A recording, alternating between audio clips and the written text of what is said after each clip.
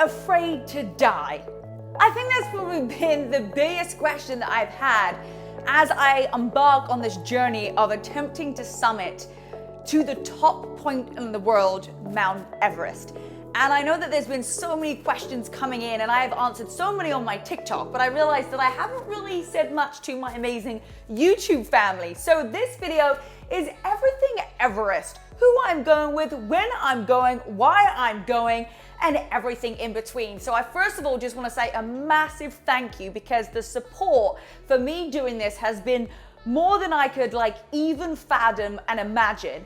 And I want to take you back, and I'm going to put up some pictures so that you can see one of the biggest reasons why I wanted to do Everest. Am I afraid that I'm going to die? How many people do die? But what I thought was, how can I bring people on this journey with me? How can you find your Everest? Now, what does that mean? For me, that means finding something that you never thought was possible, finding something that you never thought that you could do, or finding something that was so far outside of your comfort zone. And that's why I created super excited about this, the 5-day breakthrough challenge. Yes, you're gonna break through your limitations and get unstuck to help you reach your goals and find your Everest. And I was like, I'm gonna be on this amazing trip for quite a while. I wanted to have something that I could give to you so that you could feel like you are part of this journey as well, and that you could find your Everest, break through from your limitations, and crush your goals. So it is completely free. It's 5 days, and you're gonna get an amazing, it's gonna literally take you through where you are right now, where you wanna go, breaking through anything that you've been holding on to. And I know that some of you have been holding on to things for quite a while. It's time to let that go and find your Everest. So just go to thebreakfreechallenge.com and you're gonna be able to access the free challenge. Oh my goodness, I am so excited that you are gonna be able to do this journey with me. Now, it's not quite climbing Everest, but it's even better than that, because breaking through your limitations and getting unstuck is even scarier sometimes than climbing to the top of the world. So I've created this challenge. Dive in, it's gonna be so much fun. We have an exclusive Facebook group for everybody. You're gonna get exclusive lives that I'm gonna do from Everest that's gonna be in that group that no one else will have access to as well. So make sure that you do that challenge, because it's gonna help you get to where you wanna be. Plus, we've got prizes like MacBook Airs and giveaways, oh my goodness, like earbuds, like everything that you can imagine we have got for you as well. So I'm so excited for everybody who's gonna be joining me on this challenge, and you can do the challenge anytime that I'm in Mount Everest. We'll be closing it down as I come back down from the summit. So make sure that you get over to thebreakfreechallenge.com. Okay, so one of the biggest questions is why are you doing Everest? Why is this important to you? Well, let me take you back to 2019 when I was writing my book that became an Amazon #1 bestseller called It Takes Grit. And I thought to myself, as I'm writing this, wow, there's loads of things that I've overcome in life, challenges, but when was the last time, Rebecca, that you really got outside of your comfort zone? And I met a guy called Kenton Cool. Yes, his last name definitely is C-O-O-L. In 2017 or 2018, we were climbing the Himalayas together. And he was an Everest guide, is an Everest guide, and had at that point, I think, summited 12 or 13 times. And as I was thinking about what I needed to do to get outside my comfort zone, I remember exactly where I was. I was in New York, and I was meeting book publishers, I was meeting agents, and I was at this event, and I was like, that's it. It came to me. I was like, I need to climb Everest. And I remember texting Kenton at the time and saying, hey Kenton, is this what you still do? You still take people up individually? I want to do it. And at the time, he was actually summiting Everest. So I was like, oh, timing and everything. He definitely thought I was joking. I think he thought there's this little blonde fitness person who thinks that she wants to climb Everest. I don't quite think she understands what it takes. And I had to hustle. I had to beg, I had to plead, I had to follow up like I've never followed up before to get him to really believe it. And it was only because he happened to be coming over to America that year later, a couple of months afterwards, and I said, hey, I'll come and meet you. And I still think he thought this is I don't quite think that she's serious. And I went and had lunch with him and his wife and his 2 kids. I was like, no, I'm serious about this. And then we booked our first trip together in the Alps at the end of 2019. I believe it was October, November time. And I still think that he did not believe that I was actually going to do it. And it was funny because I always have this way of like, just go for it and figure out how afterwards. When I had signed up with Kenton, I didn't have all the money to do it. And it was only when I was there in November that I had this job came in that enabled me to do it. But I just had this belief, I was like, it's fine, I'm gonna get the money together, it's no problem, I'm gonna be able to make it happen. And so I went to that trip in the Alps and it was like unbelievable. Like I remember getting emotional the first time, like we summited a mountain and it was like this rock climbing and like I just was like this adrenaline, it's like so much fun. And I was like, oh my goodness, this is amazing. And then we went to Ecuador. And that was a little bit of a different, I guess a little bit of a different story, or a little bit of a wake up Rebecca-Louise call. I didn't go with Kenton. Kenton was on another job, so I went with a great guy called Tim, who I'm getting to see in Everest this year too, and a doctor from England as well called Nathan. And the three of us, the three amigos, had the best time in Ecuador. We climbed some incredible mountains, but the very first day, I got a blister. We didn't even climb up a mountain. It was literally going around a lake at a little bit of altitude. That was it, and I got this crazy blister. And I literally wore the same blister plaster for, I think it was like 2 weeks, because I tried to get them shipped into Ecuador because you can't buy blister plasters in Ecuador. Tried to get them shipped in. Customs wouldn't let them through. So I had this one blister plaster on for my whole time.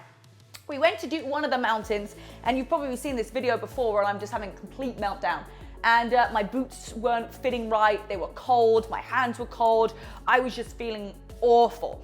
And I came back down and I remember saying to Tim, like, I don't think I can do this. I think this is out of my league. I think this is way outside of my comfort zone. Like, not even outside my comfort, this is just way out of my league. Like, I don't know if I can do this. Do you think I can climb Everest? I couldn't even just climb this, 16,000, mountain in Ecuador. Maybe it was a little bit taller. But he said, no, Rebecca, we just gotta fix your boots. We just gotta get you a bit more acclimatized to what it feels like to be out in the cold and to be in the wind. And my boots didn't fit right. And sometimes, instead of giving up, it's just about making that shift. And that's one of the big things that we're gonna go through on the 5-day breakthrough challenge, is that it's not about giving up. It's not about saying, oh, this didn't work. It's like, great, this wasn't meant to work. How can we pivot? How can we still go after our dreams even if we got knocked down? And so I came back from that amazing trip to Ecuador. I think I flew straight into business mastery with Tony Robbins, got super sick on the last day, felt like I was dying for a second time that month, and managed to get myself back home. And then, I was getting ready, the final things. I think we were 3 weeks from actually leaving to summit Mount Everest in May of 2022, well, April time. April would have been the month that we would have left, same time every year that Kenton leaves. And I was just like, ready to go. I was like, mentally, I'm there. My goggles had I remember it, like the last piece of equipment had just arrived, my goggles, and then COVID happened. COVID happened. And I'm on the phone with Kenton. I'm like, do you think that like anything's gonna happen? Like, do you think that we're not gonna be able to climb Everest? He's like, no, they'll never shut down the mountain. 3 days later, I was about to go and I remember it like yesterday, I was meant to go and I was getting laser for my Brazilian, or downstairs area. I was getting laser, and he said, called me. In fact, somebody else had messaged me saying they've closed down the mountain. I was like, wow, I can't believe it. Like, they've closed down the mountain. Like, that's it. What are we gonna do? And there was all of this like unknown. We were like, maybe we'll go in the autumn, because there's 2 times that you can summit Everest. One is in the spring and one is in the autumn. Now, I'm never gonna go in the autumn because it's really, really cold and not many people go, and it's definitely not the type of experience that you do in the spring. But I kind of looked into it, I entertained the idea, and I thought, okay, well, no problem, like I'll go next year in 2021. Well, Kenton already had a client, because my guide Kenton Cool is like the best in the business. In fact, we're gonna be making a world record this time, and I'll tell you a little bit more about that later on. But he already had a client in 2021. And so I was like, okay, I guess 2022 is the year that I'm gonna be climbing Everest. So I've been on this journey for 3 years, and I've wanted to go with Kenton. Kenton only takes up 1 person at a time, a maximum of 2 that know each other. and it's not a big group of us that go. It's very boutique, customized with Kenton, and he's summited 15 times.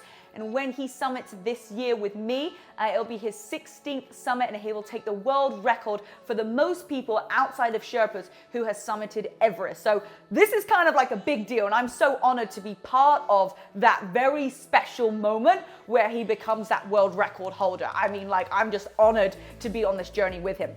And so, when are we going? Originally meant to go in 2020, but we are leaving on the 14th of April. I am so excited. Like, it's literally, I think when I'm filming this video, it's happening in like a week. And typically Kenton likes people out a little bit earlier, like maybe like the 12th or 13th, but we had family in town, so he said, no problem, we can just move it back like a few days, but it'll just give you a little bit less time in like Kathmandu to acclimatize. I was like, no problem, as long as we get 1 day there, and then we're on a flight on the 17th to the next stop. So really, really excited. And the reason, a lot of people have said like, so, you know, when do you go? How long does it take?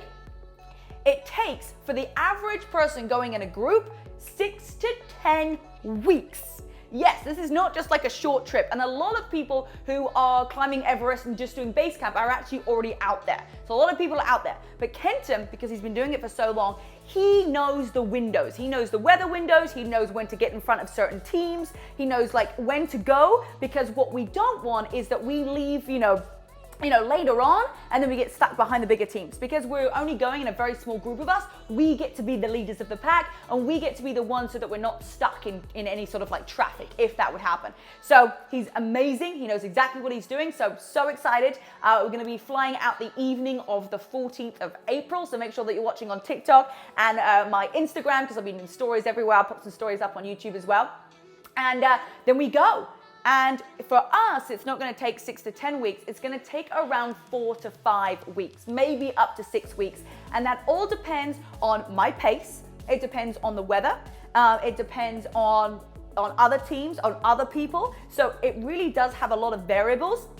But I'm just so excited that we are leaving and that it's actually happening, because this has been like 3 years in the making. So yes, leaving on the 14th of April, and just super, super excited about that. It's all down to Kenton's like created this amazing schedule for us. All right, so who am I going with? I think it must have been like, I don't know if my dad was gonna come in 2020. Like, I can't remember. Like, I look back now, I'm like, was my dad gonna do base camp then? I don't even think he was retired. I don't think he was retired then, because I retired him. Oh no, maybe I did. He was retired. He was retired. Anyway, my dad is coming to do base camp. And when Luke and I started dating, he was like, okay, so your dad's doing base camp. Can I get on that? And I'm like, absolutely, of course you can.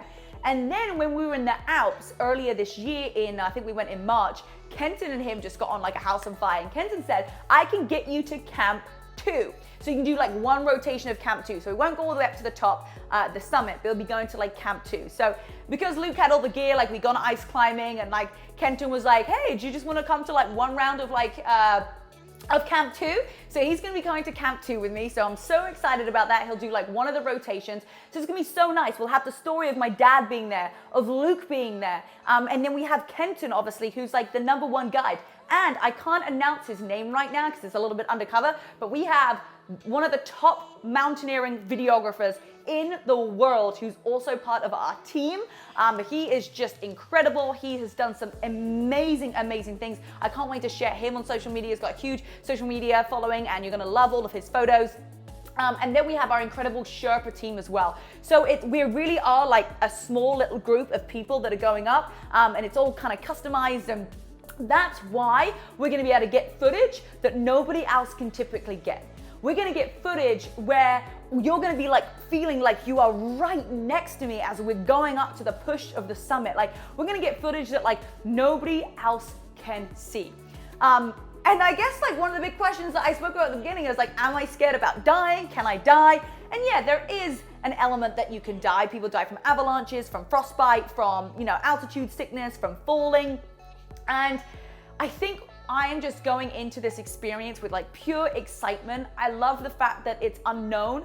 I haven't watched too many the crazy videos, because I think that can kind of distort your image. It's like being aware without being like compromising like how you feel and getting yourself too scared. I know I'm in really, really great safe hands with my guide, and I'm just excited about this journey. I'm excited about bringing people on you. I'm excited about what I'm gonna learn about myself. I'm excited about seeing the epiphanies. Like when you get outside your comfort so much and you do something that's like so like out there and out there for you, it's not about, just doing Everest, like what's out there for you, how your mindset change, how your beliefs change, like who you meet on this journey with you. And so I'm just so excited to learn more. That's really the biggest thing. Like I want to learn more about myself. I want to learn more about the world. I want to learn more about our human capabilities. I want to learn more about how I can like help and give back even more. And so that's really one of the big things that I'm doing, is like, how can I lead from the front by getting outside of my comfort zone and really doing something that takes grit? How can I lead from the front and learn something new so that I can bring it back to other people? And that's really what it comes down to. So thank you so much for supporting this journey. If you have any other questions about Everest, please just pop them in the comments below. Anything that you have, I will try and do a couple of videos while I'm there so that you can kind of like feel what it's like. But I really will just be doing the best I can to be open and honest about this journey as much as I can. And I'm just so excited that we are leaving in like a week's time, that this is like being filmed. And you can sign up for the challenge anytime that I'm in Everest. All the details and the link is going to be below as well. But again, thank you so much. I love you guys and wish me luck.